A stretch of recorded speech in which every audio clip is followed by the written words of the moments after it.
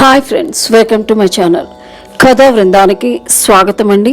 కథలోనికి వెళ్లే ముందు తప్పకుండా లైక్ చేయండి, షేర్ చేయండి, తప్పకుండా సబ్స్క్రైబ్ చేసుకోండి. పవిత్ర కార్తీక మాసంలో చేసే కార్తీక పురాణం శ్రవణం ద్వారా ఎన్నో విలువైన సంగతులను తెలుసుకుంటున్నాం. ఈ కథనంలో కార్తీక మాసంలో కన్యాదాన ఫలం ఎంత గొప్పదో జనకునికి వశిష్ఠుల వారు వివరించిన వృత్తాంతాన్ని గురించి తెలుసుకుందాము. వశిష్ఠుడు జనకునితో 13వ రోజు కథను ప్రారంభిస్తూ, ఓ జనక చక్రవర్తి, కార్తీక మాసంలో విధిగా చేయవలసిన ధర్మములు ఇంకా ఉన్నాయి. వాటి గురించి చెబుతాను, శ్రద్ధగా వినుము అని చెప్పసాగాడు. కార్తీక మాసంలో నదీ స్నానం ముఖ్యం. దానికంటే ఒక పేద బ్రాహ్మణ కుమారునికి ఉపనయనం చేయుటకు అయ్యే ఖర్చు భరించి ఉపనయనం చేయుట ముఖ్యం. దానికంటే కూడా ఒక సలక్షణమైన కన్యను కన్యాదానం చేయుట ఇంకా గొప్పది. ఎవరైతే కార్తీక మాసంలో భక్తి శ్రద్ధలతో కన్యాదానం చేస్తారో అట్టివారు తాము తరించటయే కాక తన పితృదేవతలను కూడా తరింపచేసిన వారు అవుతారు. దీనికి ఉదాహరణగా ఒక ఇతిహాసము కలదు, చెబుతాను, శ్రద్ధగా వినుము అని చెప్పసాగాడు. ద్వాపర యుగంలో వంగదేశంలో గొప్ప పరాక్రమవంతుడు సూర్యుడు అయిన సువీరుడు అనే రాజు ఉండేవాడు. అతనికి రూపవతి అయిన భార్య ఉండేది. ఒకసారి సువీరుడు శత్రురాజుల చేతిలో అపజయం పొంది భార్యతో కలిసి అరణ్యాలకు పారిపోయి ధనహీనుడై నర్మదా నదీ తీరమున పన్నశాలను నిర్మించుకుని కందమూలాలు ఫలాలు తింటూ జీవించసాగాడు. కొంతకాలానికి అతనికి ఒక కుమార్తె జన్మించింది. ఆ పాపకు ఆహార సదుపాయాలు సరిగా లేకపోయినా జన్మతః క్షత్రియ కన్య అయినందున శుక్లపక్ష చంద్రుని వలె దినదినాభివృద్ధి చెందుతూ పెరగసాగింది. ఆ బాలికకు యుక్త వయసు రాగానే ఒక ముని కుమారుడు ఆమెను చూసి ఆమె అందచందాలకు ముగ్ధుడై తనకిచ్చి వివాహం చేయమని సువీరుని కోరతాడు. అప్పుడు ఆ రాజు, ఓ మునికుమారా, ప్రస్తుతం నేను చాలా బీద స్థితిలో ఉన్నాను. నీవు నాకు కొంత ధనము ఇచ్చినా నేను నా కుమార్తెను నీకిచ్చి వివాహం చేస్తాను అని చెప్తాడు. వెంటనే మునికుమారుడు తన వద్ద ధనము లేనందున ఆ బాలికపై ఉన్న మక్కువతో ధనము సంపాదించడానికి నర్మదా నదీ తీరమునకు వెళ్లి అక్కడ కుబేరుని అనుగ్రహం కోసం తపస్సు చేయటం ప్రారంభిస్తాడు. మునికుమారుని తపస్సుకు మెచ్చిన కుబేరుడు అతనికి ఒక ధనపాత్ర ఇస్తాడు. మునికుమారుడు ఆ ధనపాత్రను రాజుకిచ్చి అతని కూతుర్ని వివాహం చేసుకుని తన ఇంటికి వెళ్లి సుఖంగా కాలం గడపసాగాడు. ఇక్కడ సువీరుడు కూడా అల్లుడు ఇచ్చిన ధనపాత్రలోని ధనమును వాడుకుంటూ భార్యతో కలిసి హాయిగా కాలక్షేపం చేయసాగాడు. కొంతకాలానికి సువీరునికి ఇంకొక కుమార్తె పుడుతుంది. ఆమెను కూడా వారు అల్లారు ముద్దుగా పెంచసాగారు. ఆ బాలిక కూడా యుక్త వయసునకు వస్తుంది. సువీరుడు ఆ బాలికను కూడా ఎవరికైనా అధిక ధనమునకు అమ్మివేయాలని ఎదురుచూస్తూ ఉంటాడు.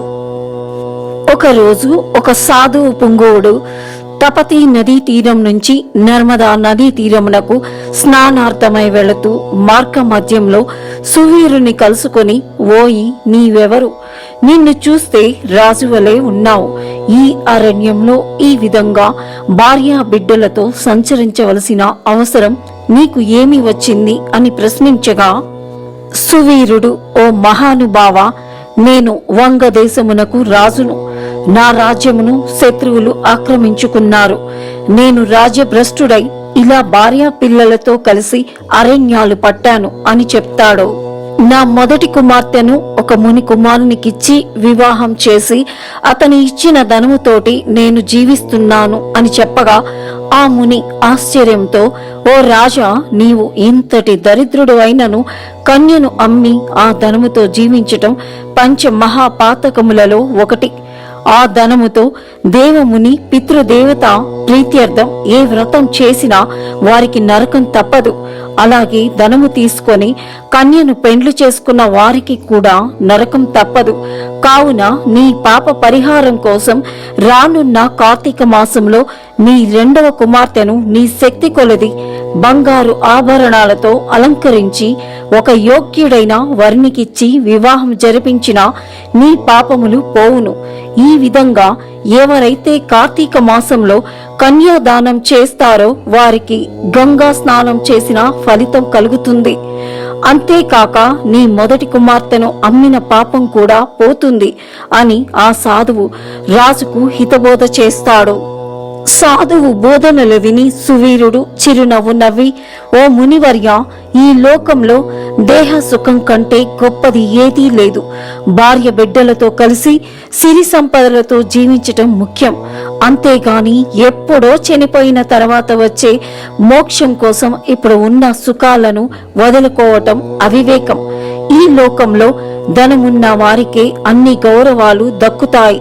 కావున నేను నా రెండవ కుమార్తెను కూడా ధనమునకు అమ్మి వేస్తాను అని నిక్కచ్చిగా చెప్పగా ఆ ముని ఆశ్చర్యపోయి అక్కడి నుంచి వెళ్లిపోతాడు. కొన్ని రోజుల తర్వాత సువీరుడు మరణిస్తాడు. వెంటనే యమభటులు వచ్చి వానిని తీసుకొని పోయి భయంకరమైన నరకకూపంలో పడవేస్తారు. అంతేకాక అప్పటి వరకు స్వర్గంలో ఉన్న సువీరుని పూర్వీకుడైన శృతకీర్తి అనే రాజును కూడా తెచ్చి అదే నరకంలో పడవేస్తారు. స్వర్గం నుంచి నరకాన్ని చేరిన శృతకీర్తుడు యమధర్మరాజుతో, ఓ యమధర్మరాజా, నేను జీవించి ఉండగా పుణ్య కార్యాలే కాని పాపాలు ఎప్పుడూ చేయలేదు. మరి ఇంతకాలం స్వర్గంలో ఉన్న నన్ను ఇప్పుడు ఈ నరకంలో పడవేయడానికి గల కారణం ఏమిటి అని అడగగా యమధర్మరాజు, ఓ రాజా, నీవు ఎన్నడూ ఎటువంటి పాపం చేయలేదు. కాని మీ వంశంలో పుట్టిన ఈ సువీరుడు తన కుమార్తెను కన్యాదానం చేయక అమ్మేశాడు. అమ్మిన ఆ ధనముతోనే జీవించాడు. కావున అతని పూర్వీకుడైన నీకు కూడా ఈ దుర్గతి పట్టింది అని చెప్తాడు. యముడు శృతకీర్తితో, నేను నీకొక ఉపాయం చెబుతాను విను. ఈ సువీరుని యొక్క రెండవ కుమార్తె నర్మదా నదీ తీరాన పెరుగుచున్నది. నా ఆశీర్వాదం చే నీకు మానవ రూపం వస్తుంది. నీవు వెంటనే భూలోకానికి వెళ్లి కార్తీక మాసంలో ఆ అమ్మాయిని సకల ఆభరణాలతో అలంకరించి యోగ్యుడైన వరుడికిచ్చి కన్యాదానం చేసిన ఎడల నీ వంశస్థులు అందరికీ ఈ నరక బాధలు తప్పుతాయి అని తెలియజేస్తాడు. యముని ఉపాయం విని శృతకీర్తి వెంటనే యముడికి నమస్కరించి భూలోకమును గల నర్మదా నదీ తీరముకేగి సువీరుని రెండవ కుమార్తెను చక్కగా అలంకరించి చతుర్వేదములు చదివిన ఒక బ్రాహ్మణ యువకునికి ఇచ్చి వివాహం చేస్తాడు.